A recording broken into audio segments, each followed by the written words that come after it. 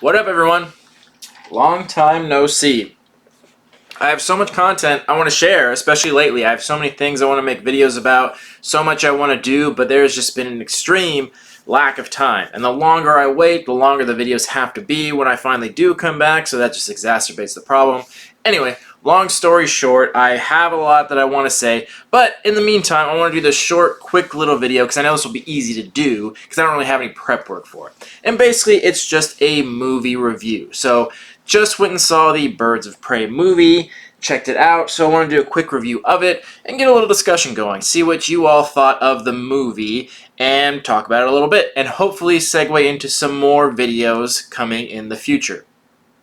So, first off, let me say, as in all my movie reviews, there's always going to be spoiler alerts. So if you haven't seen the movie yet and you don't want anything to be spoiled, please turn it off now. Don't get mad at me for hearing about something you didn't want to, because I want to be open and honest about the full movie.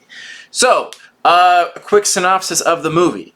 That was probably the biggest piece of crap I've ever seen in my life. That was an awful movie. That was really god-awful. And I don't know how else to express it, but saying there's so many things wrong with that movie. And the first thing I'd really like to point out was the reviews of the movie. So, I usually don't care about reviews. I usually don't go on Rotten Tomatoes too much because I don't give a shit what they think. But I'd like to point out that I've been saying for a while that Rotten Tomatoes is completely corrupted. That's not something trustworthy anymore. It's just like Yelp used to be. Originally, when Yelp was around, when it first came out, it was something you could trust. You could go on there and see peer reviews and find out about restaurants, places, stores like that, and it was trusted. But now everyone knows that Yelp nowadays is completely corrupted because there are so many people with fake dummy accounts that are going there to boost the ratings of restaurants. There are so many people that are paid to do things that you really can't trust Yelp reviews anymore. And it's the same thing with Rotten Tomatoes now. For the longest time, it was such a trusted source. You could go on there and see whether a movie was good or not. And they were so powerful because they could literally make or break a movie sometimes. If people were deciding whether or not to see it, they would check Rotten Tomatoes and make their decision based on that.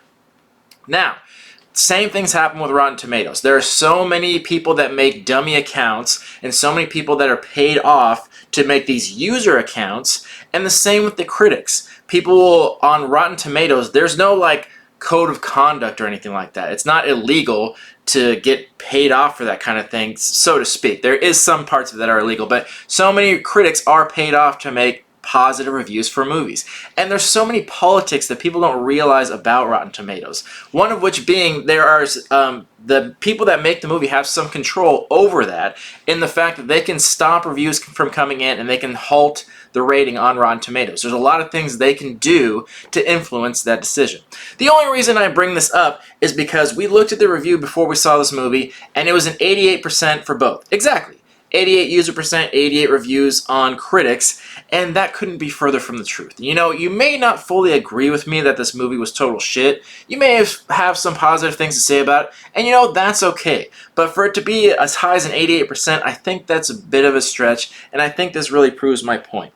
So, things that I had a problem with in the movie was pretty much everything. It was very cheesy, it was very poorly written, it was very poorly executed, you know, and I like the idea of it. I like the concept of Birds of Prey. I like the characters, I like the comic books of it, and I like a lot about it. So I'm going to keep relating this back to Suicide Squad because I feel like it has a lot in common with that movie, and I honestly just watched it. I came home and watched that movie most of it, after watching Birds of Prey because I kind of wanted to relate a lot of things to it.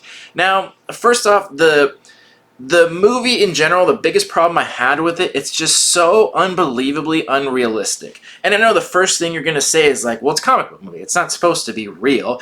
Like, yeah, true to an extent, but it still has to be believable. So the way I'll describe it in this analogy is the difference between sci-fi and fantasy. And most people will say it's kind of the same thing. And in fact, most people will often say the phrase together, sci-fi fantasy. They usually be in one section. But there is actually a difference. Sci-fi is based on reality. It's pretty much the world as we know and live in with one variable, with one or two minor things that are changed. Fantasy, on the other hand, is just completely made up. It's somewhere else, some other time. It doesn't have to follow any rules whatsoever. I like sci-fi because even though it's fiction, I still like it to be believable. I'm not a big fan of fantasy because it's just completely off the wall, there are no rules, and it just seems like too much some of the time. The reason I bring that up is because I like comic book movies, but it still has to be believable. Obviously, people don't have superpowers in real life. That's not a real thing. But if they did, what would happen? And basically, sci-fi is a what-if scenario of those specific things. So I like that. But things still have to apply. Like, people still have to be like earthlings, humans still have to have like normal interactions. All the laws of physics still have to apply. Like, all the rest of it has to be believable except for these people with superpowers. So this just didn't happen in this movie. There's so many things that were just so completely unrealistic, and it just kind of got ridiculous at a certain point. And there were parts of it where they were trying to be ridiculous on purpose for comical effect, but they did it too much, and it just came off as like childish. And that's what another thing I'll relate it to. It just kind of seemed like it was a movie for children. Even though it was rated R, it seemed like it was a movie for kids. In the sense that it was just so goofy and unrealistic, there's no way we could take it seriously.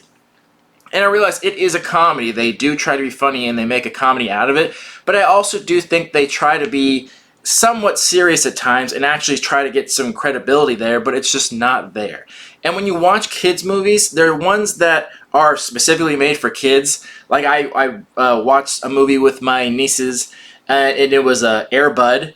So the movie with the dog and that plays basketball, and it's like, it's so ridiculous. And it's something that could never happen because it's so goofy. But it doesn't matter because it's for kids. Kids don't give a shit. They don't know the difference. So you're allowed to be that ridiculous and goofy because they just don't know the difference. So that's usually what they go for in kids' movies. They don't have to be realistic. Things don't have to follow the laws of physics. It doesn't have to be reality because kids don't know reality. And I feel like that's what they were doing in this movie. There was just like no concept for reality, things that would just never happen in a million years that just made it so goofy. And I'll go into some specific scenes about it, and this is where the spoiler alerts come in, that were just so ridiculous. And just off the top of my head, not even looking at notes, like one scene towards the end where Harley Quinn was catching up to a car on roller skating towards a car and catching up to it.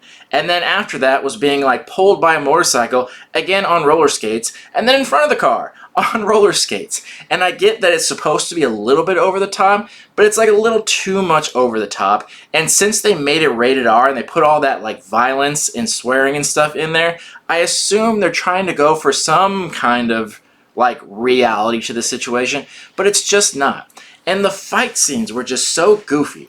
Now, granted, there were some fight scenes that were pretty cool, and there were short snippets of fight scenes where I'm like, okay, that was pretty cool. So I'm not going to overgeneralize and say all the fight scenes were bad. Some were pretty okay, but some were just ridiculous. Like, there was a scene where Harley Quinn was being held at gunpoint by Rosie Perez.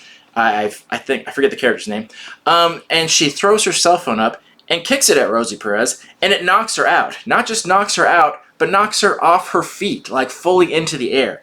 And it's like, I get, like, that's kind of like a cool move, but, like, do you realize that the speed and power the cell phone would have to knock someone out, let alone knock someone off the ground, off their feet, and for someone to have enough force to kick it in their face?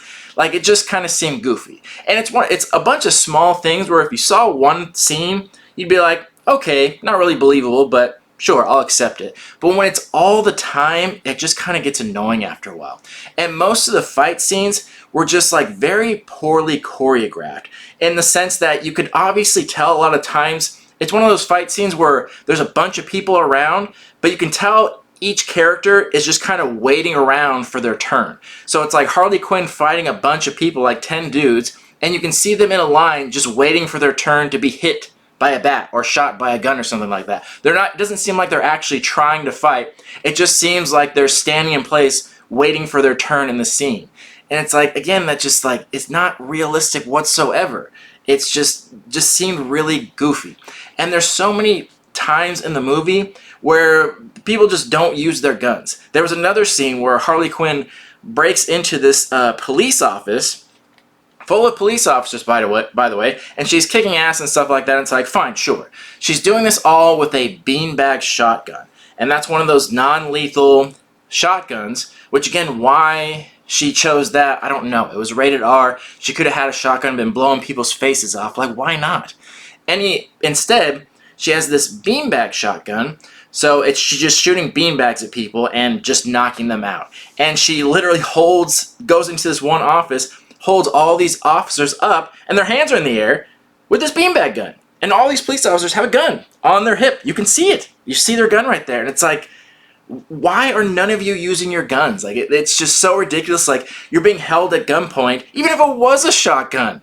That's still ridiculous. But being held at gunpoint by a beanbag shotgun, and the police officers are just standing there with their hands up, don't even reach for their gun. Like, doesn't that just seem kind of stupid at a certain point? Isn't that just kind of goofy? And so many times where the characters are being shot at by the worst gunmen in the world, apparently, like there's bullets flying all over the place, and they're just happen to be missing this group full of people standing in the middle of the room, and it's just like, really? Like, that just seems like a bit much.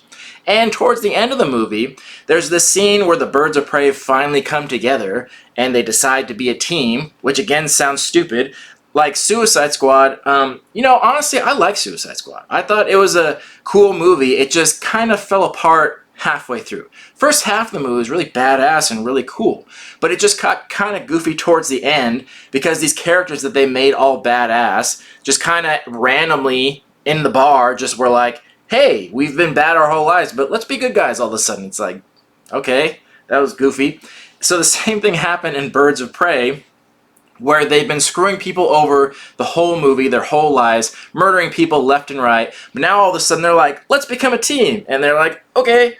It's like, all right, that was easy. Anyway, so the guy, the Black Mask main character, Ewan McGregor, hires all these mercenaries to come take them out. And you see he has like 50 of them. And for those of you who, if you just don't happen to know what mercenary is, it's a hitman. It's a murderer that is paid to kill people. Someone that's really good at it. Deadpool was a mercenary. In Suicide Squad, Deadshot, he was a mercenary. Someone that's paid to kill other people that's really good at it. So the Black Mask guy hires about 50 mercenaries to come take out these 5 chicks, and most of them don't even have a weapon. So many of them don't even have a weapon, and the ones that do have like an axe or a machete. And yeah, it kind of makes for an interesting fight scene, but at the same time it's like, if I was a hitman and I was a mercenary and the bounty was $500,000, $500,000, don't you think you'd try? There's so many people there. It's like, oh, $500,000 to kill these people? I'm just going to go with my bare hands. Like, fuck it. Why would I use a weapon? $500,000? Like, I'm just going to go in there with no weapon at all and try to punch this out. Like, that's just goofy. And the same thing with the people that did have weapons had like I said, an axe or a machete or a bat. And it's like, these are mercenaries. You pay $500,000 for someone to go in there with a bat. Like, it just seemed ridiculous.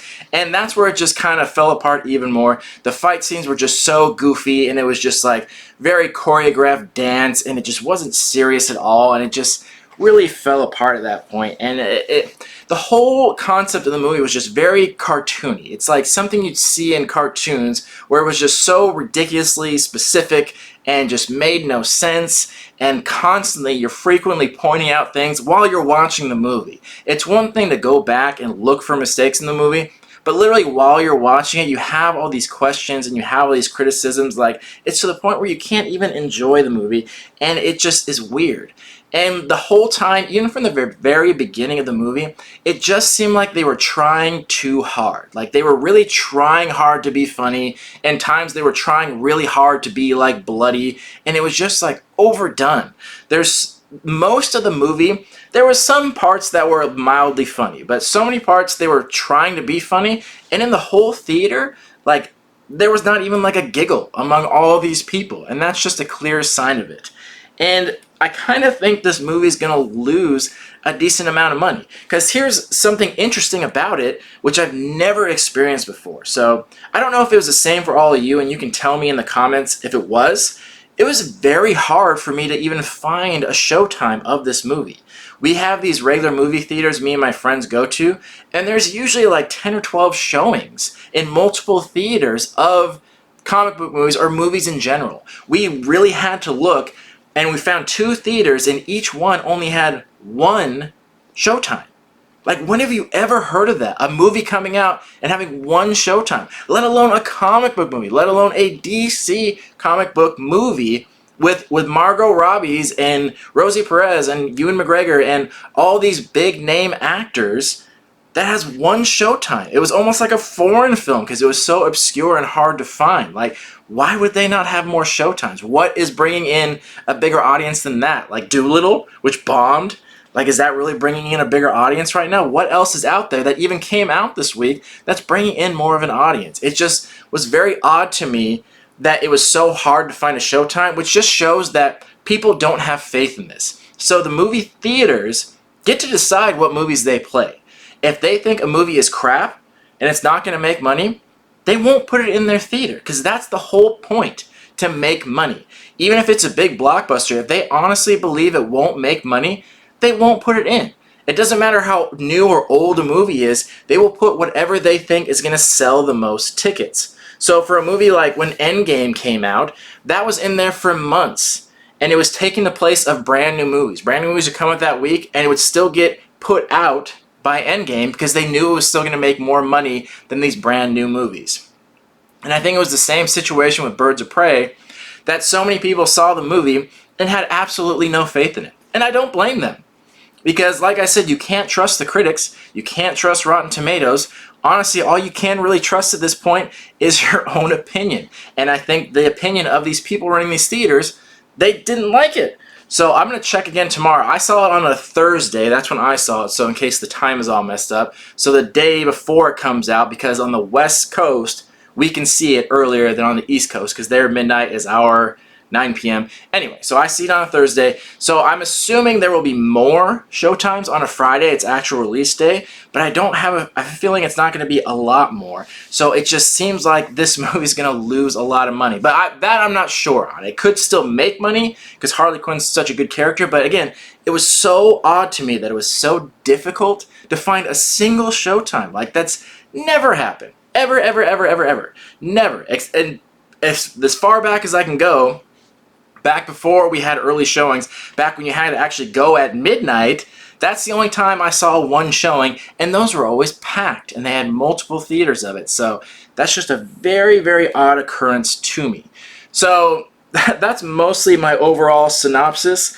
And I could go into detail and start talking about more and more scenes, but, you know, if you either agree with me or don't at this point, and that's okay, whatever you decide. You don't have to agree with me. But I'm trying not to be too negative, but it's just very difficult because I'm honestly not the biggest DC fan. But like I said, I liked Suicide Squad, and I loved Margot Robbie's in that version. I loved Will Smith in that version. Like I was saying before, the movie kind of took a weird turn towards the end, and the story kind of fell apart. But other than that, the characters were awesome. I thought Margot Robbie did a great job as an actor in that movie. The way she portrayed Harley Quinn really made me like that character a lot more than I already did. She did an amazing job, and she was a really well done character from Margot Robbie. So that being said, this version of Harley Quinn, not the same at all. It just seemed like she just lost her acting skill, honestly. She just wasn't as good at a character she'd already played before. And it just seems so odd that she kind of lost sight of that. It just was very, very strange in that sense, and I can't really put my finger on it. And the same with a lot of other characters. And you know, part of it isn't their fault. Part of it's the writing, these really cheesy, goofy lines that they wrote into it, and these things they tried to be funny at, and it didn't really land. So I try not to be too negative because I like the other DC movies, even the ones that people hate. Batman vs. Superman, I like that one. Everyone loved The Joker. That was an amazing movie. And a lot of the other DC ones, I'm not even a big DC fan, but I usually like them. And you can look back on my reviews. You can look at them on my channel. They're not always fantastic, but they're usually decent. This is the first time, I don't know if I'd say ever, but in the last 10 years that I've seen a comic book movie and just hated it. From the beginning, it just started off rough and got worse and worse and worse. But you know, you don't have to trust my opinion. I'm usually pretty genuine. I've never been paid off, as anyone that watches my channel can tell. Like, I'm very honest. But, you know, hey, don't take my word for it. If you don't believe me, you don't have to. Go check it out for yourself, and you can look for the things I said. If you disagree, that's okay. The point of this review, the point of this channel is not to convince you of anything. You can believe what you want. It's just to share my opinion and also to hear yours. To give reviews of things, but also to listen to your opinions as well. So sometimes it's just to get a discussion going. So if you completely disagree with me, that's okay. That's perfectly fine. Let's hear it in the comments. I want to hear if you did like the movie or you loved the movie, why you liked it. So I have a feeling, I'll throw this out there, that girls are going to like it more than guys. And I heard that from multiple sources. It kind of seems like a movie geared towards women. And there's nothing wrong with that. That's perfectly fine. But it was directed by a woman, like all-woman cast, and a lot of the jokes were directed towards women, so that's fine. So I have a feeling that if there are people that like it, it's more likely to be a woman than a man, but I could be totally wrong. So let's hear what you thought about it. As far as an overall score on this movie, just based on all movies I've seen, all comic book movies, I'm honestly only going to give it a 3 out of 10. That's my score for this movie. I really don't have anything positive to say about it. Other than the only thing I liked was the concept of the movie. It's same with the second half of Suicide Squad. Good concept, poor execution. It was a really cool idea. The previews look cool, but it just wasn't done well, and they really could have. So the whole DCEU, the extended universe, has been abandoned. So it's kind of weird in that sense as well, because they're referring to a Joker that Jared Leto isn't playing anymore, and they've already created a new Joker, and there's like these 2 different timelines of DC going at the same time. So I think that whole timeline is officially dead now. I don't think they're going to try to continue anymore. I think they're going to go with the Joaquin Phoenix version and the new Batman, Robert Pattinson, and I think they're going to go that direction and abandon this, which is fine. I really like Margot Robbie. I think she's a good actor, and I think that her Harley Quinn was cool, but you know, it was fun. Leave it at that. Let's let it die off.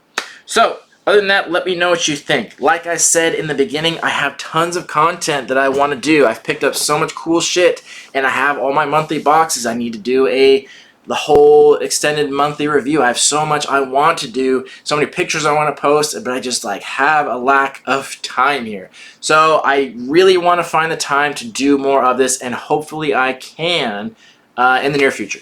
Other than that, I thought this would be a quick, easy video to do because I don't really have much prep work for it, and there's not much editing involved. It's pretty simple and straightforward, so I hope you enjoyed the review. I hope you enjoyed me talking shit about this movie. So, more reviews to come as far as movies. The next one isn't going to be until April, I believe. It's New Mutants, and then Black Widow after that, and then nothing for a long time. So, you'll hopefully hear from me on those reviews. Other than that, hope to do some weekly roundups and maybe some shorter versions of the monthly review to just try to get them out there. Anyway, thank you all for watching and supporting. Let's hear what you think in the comments, and we'll talk about it there.